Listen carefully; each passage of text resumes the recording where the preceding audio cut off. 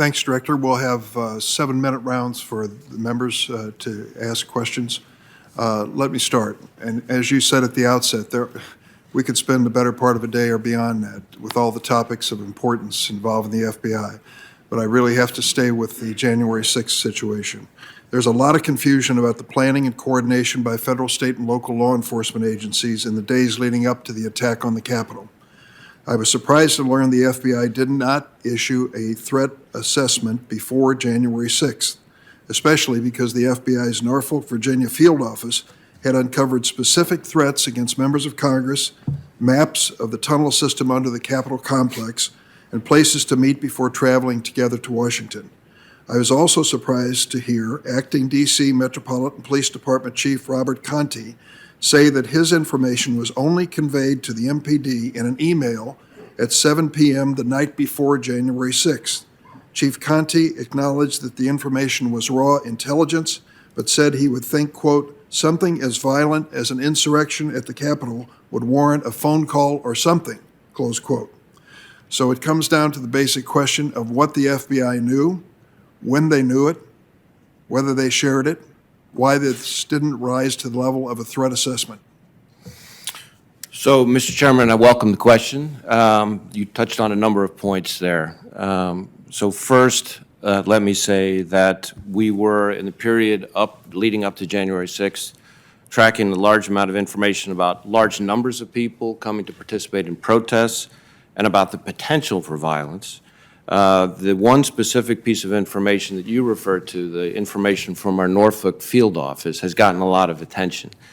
So this was what's called a situational information report. It was prepared by our Norfolk field office specifically for dissemination. It was, as you noted, raw, unverified, uncorroborated information that had been posted online.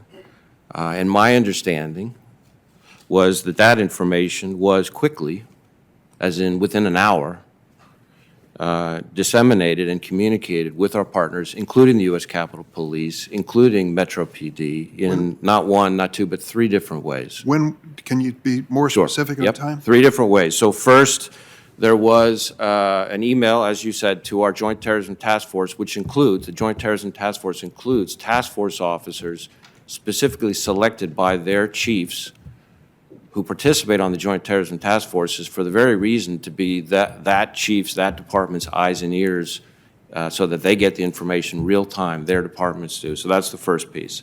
Second, in addition to the email, verbally, through the command post briefing that we had, because we had stood up command posts both in the Washington field office and at headquarters, and those command posts included, again, representatives of the relevant agencies, Capitol Police, MPD, et cetera. Verbally, the same information was walked through again.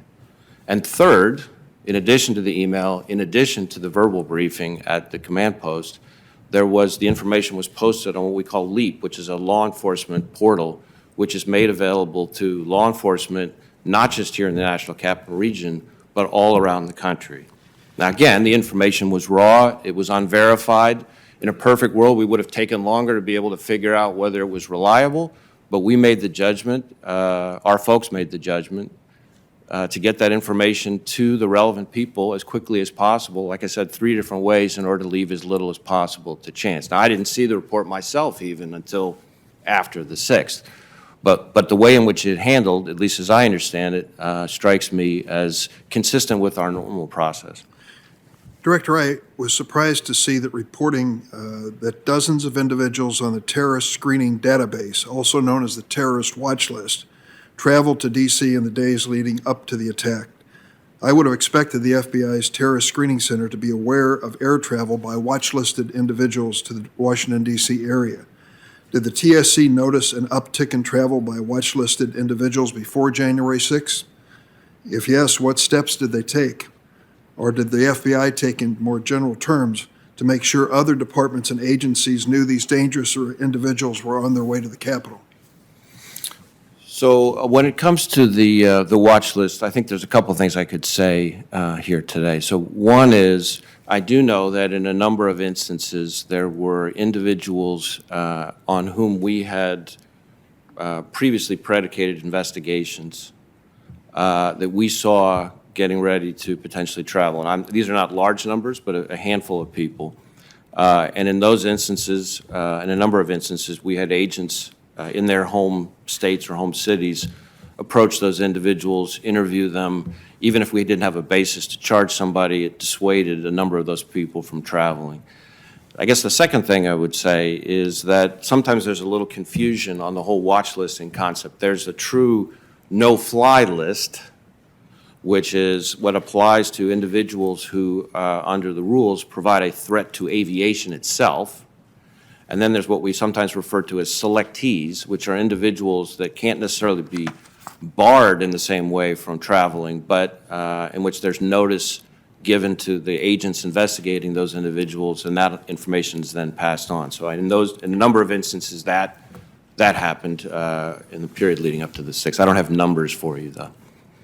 I just have a minute left, but I want to address what I consider the next big lie after the lie that the president really won on November 3rd, President Trump. The next big lie appears to be the argument that somehow or another those were not Trump supporters who invaded the Capitol.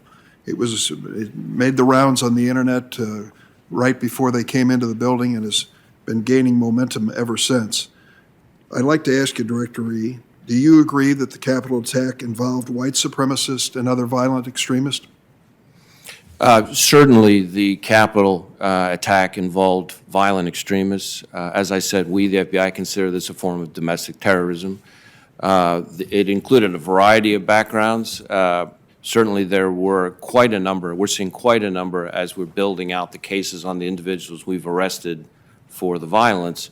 Quite a number who what we would call sort of militia violent extremists. So we've got a number who self-identify with, the Proud Boys or the Oath Keepers, things like that. We also have a couple of instances where we've already identified individuals involved in the criminal behavior who we would put in the racially motivated violent extremists who advocate for what you would call sort of white supremacy. So there have been some of those individuals as well. One of the things that's happening as part of this is that as we build out the cases on the individuals, when we arrest them for the violence, we're getting a richer and richer understanding of different people's motivations. But certainly, as I said, militia violent extremism, some instances of racially motivated violent extremism, specifically advocating for the superiority of the white race. Based on your investigation so far, do you have any evidence that the Capitol attack was organized by, quote, fake Trump protesters? We have not seen evidence of that at this stage, certainly. Thank you. Senator Grassley.